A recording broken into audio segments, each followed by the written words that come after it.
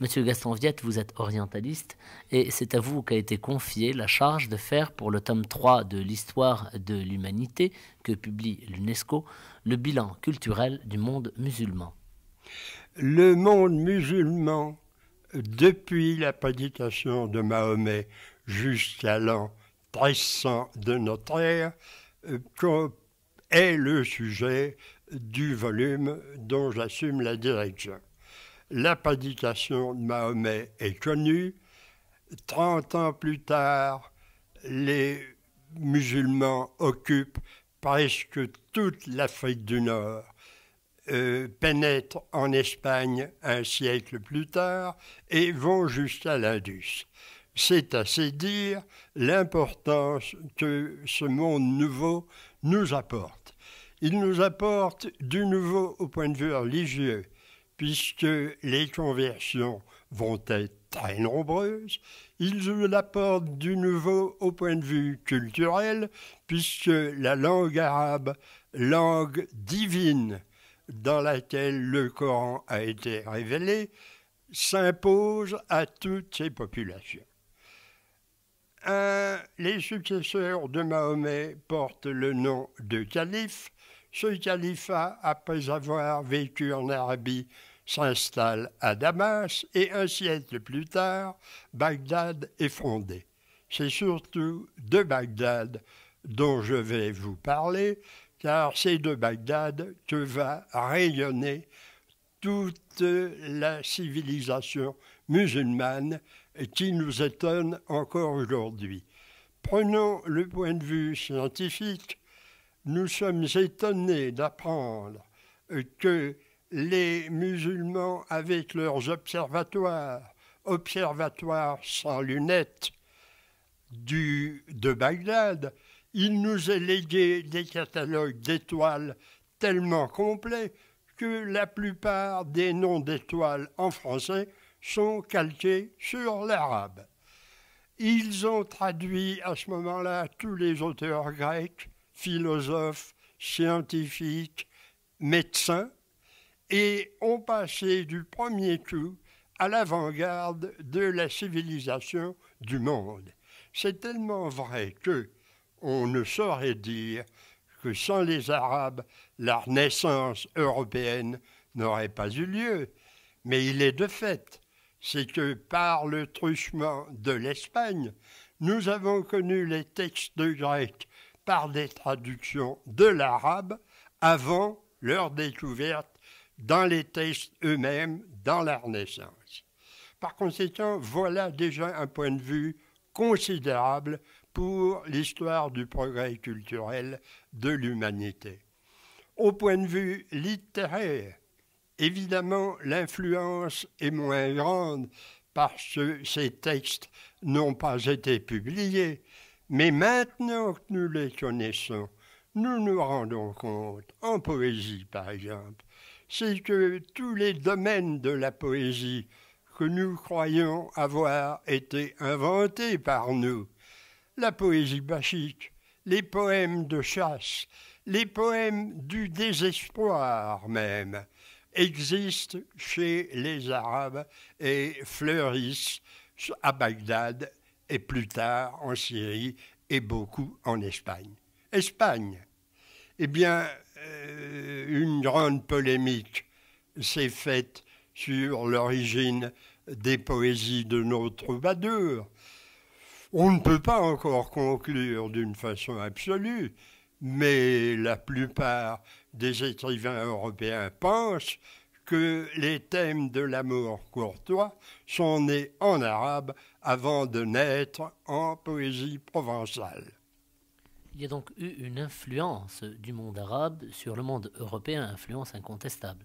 Influence incontestable au point de vue médical, au point de vue scientifique, au point de vue philosophique et au point de vue de la culture en général.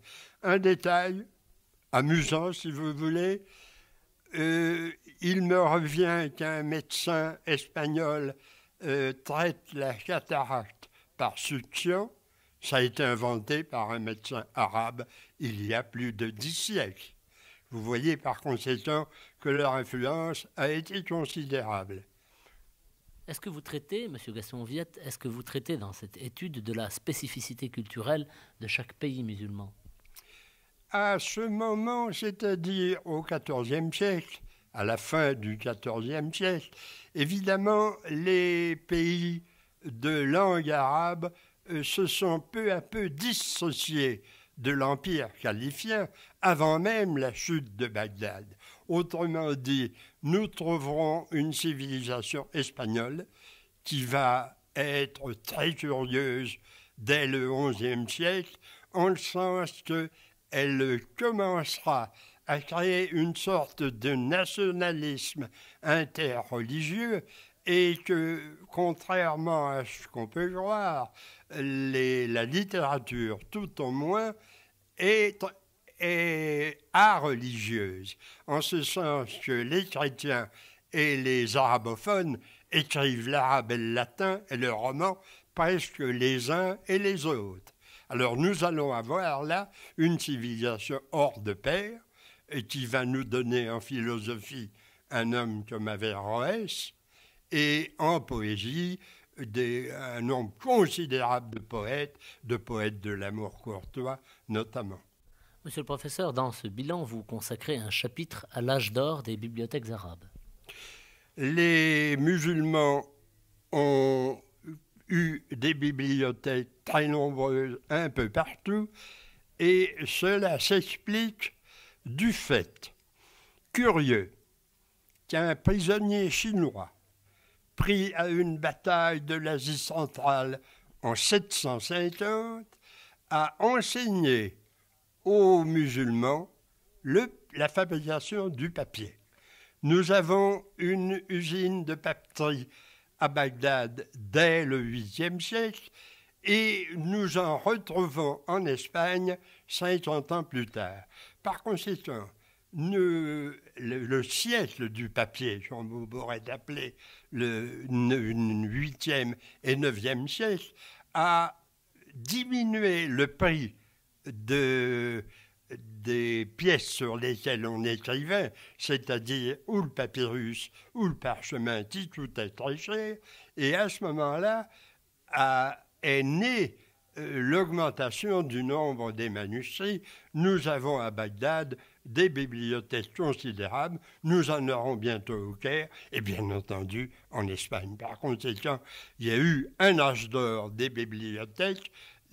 Même les grands écrivains gagnaient leur vie. Il y a un grand historien qui avoue qu'il copie du matin au soir en dehors de ses travaux pour gagner sa vie. Monsieur Gaston-Viette, peut-on vous demander quelles sont vos conclusions? Les conclusions pour cette époque sont à la fois optimistes et mélancoliques. Optimistes parce que le bilan à faire d'après le passé est remarquable. Mélancolique, évidemment, je sais comment va se dérouler l'histoire après la fin du XIVe siècle, mais nous finissons sur une note d'angoisse, en ce sens que la disparition du califat de Bagdad, qu'à l'époque on pourrait qualifier de disparition de l'islam, car le conquérant mongol est encore bouddhiste, pourtant n'a rien causé à la civilisation musulmane, notamment à la civilisation artistique, car nous allons voir se créer au Caire l'empire des Mamelouks, nous allons voir prospérer l'empire ottoman, et je n'ai pas besoin de parler de la civilisation des Chats de Perse, des Séfévides, qui seront les maîtres d'un âge d'or